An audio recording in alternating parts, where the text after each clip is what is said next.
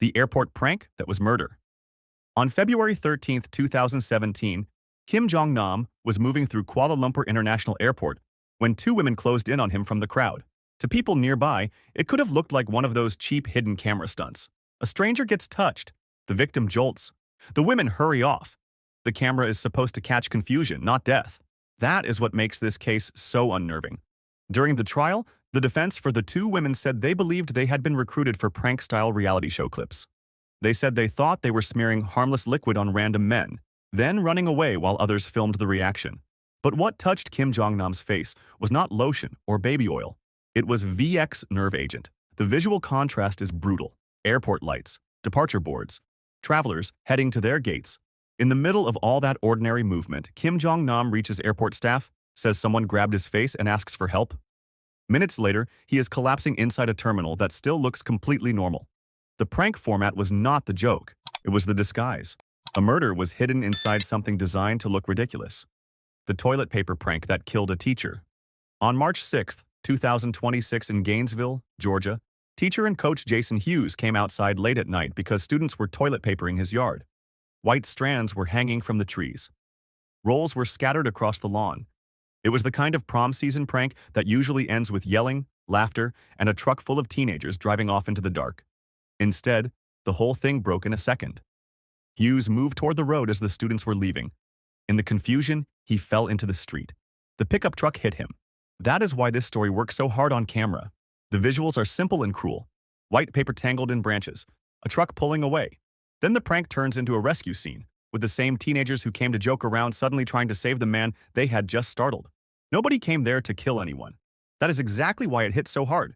It was one stupid school prank, one bad fall, and then a community funeral. The Bigfoot hoax on the highway. On August 26, 2012, south of Kalispell, Montana, Randy Lee Tenley put on a military-style ghillie suit and went out near U.S. Highway 93. Investigators later said the apparent goal was to trigger a Bigfoot sighting.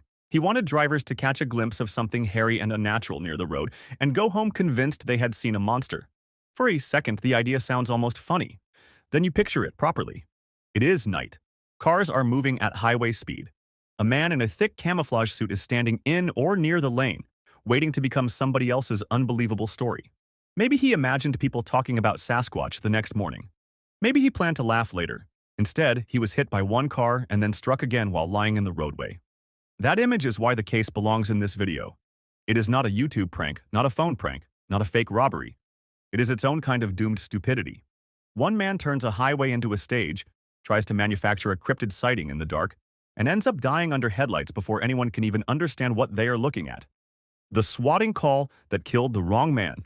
On December 28, 2017 in Wichita, Kansas, Andrew Finch stepped onto his front porch and saw police surrounding his house.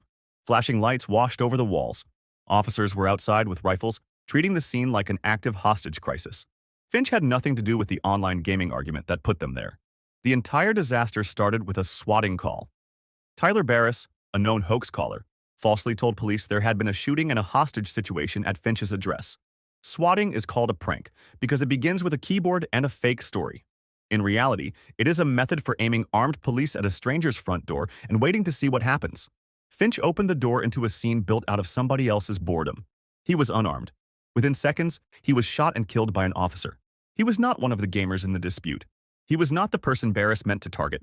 He was simply the man inside the house that received the fake emergency call. That visual beat is what makes the story so cold. A man in his own doorway, trying to understand why police are outside while every person who actually caused the chaos is somewhere else staring at screens. The bulletproof book prank. On June 26, 2017, in Hallstatt, Minnesota, Pedro Ruiz III stood outside with a hardcover encyclopedia pressed to his chest. In front of him, Mona Lisa Perez raised a Desert Eagle pistol. A camera was rolling. The couple believed they were about to film the dangerous stunt that would finally push their YouTube channel into viral territory. Ruiz thought the book would stop the bullet. That was the plan.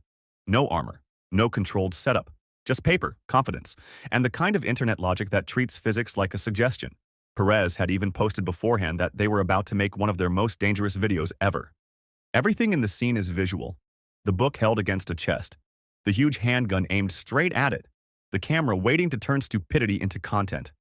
Then Perez pulls the trigger, the bullet punches through the pages, and Ruiz drops to the ground before there is ever a reveal, an upload, or a celebration. That is why this story lands so well in your format.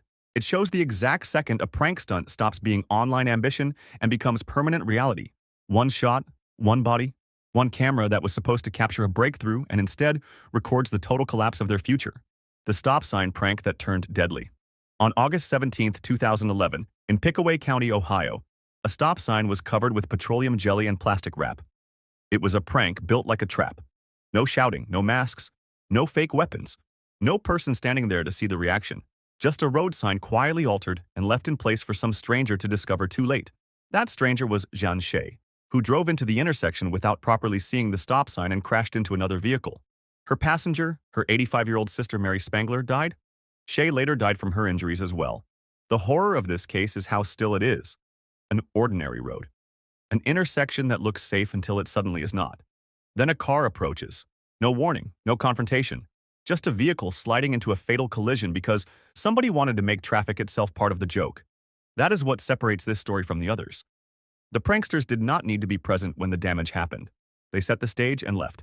Two elderly sisters drove into the punchline for them. The fake robbery for YouTube.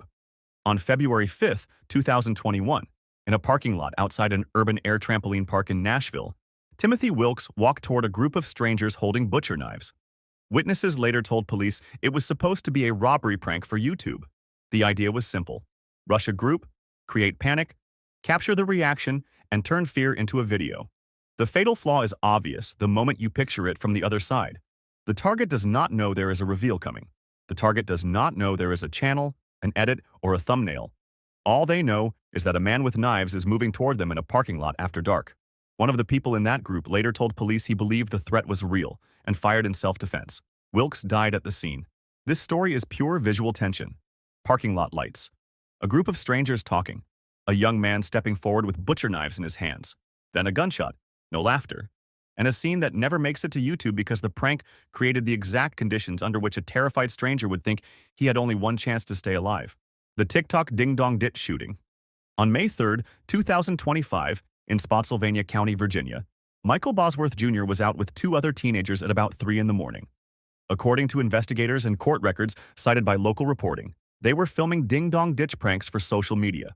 Ring the bell, run away, record the reaction, move to the next house. It is one of the oldest pranks on Earth, but the phone changes the shape of it. Now the prank is not just for the people doing it. It is for the upload afterward.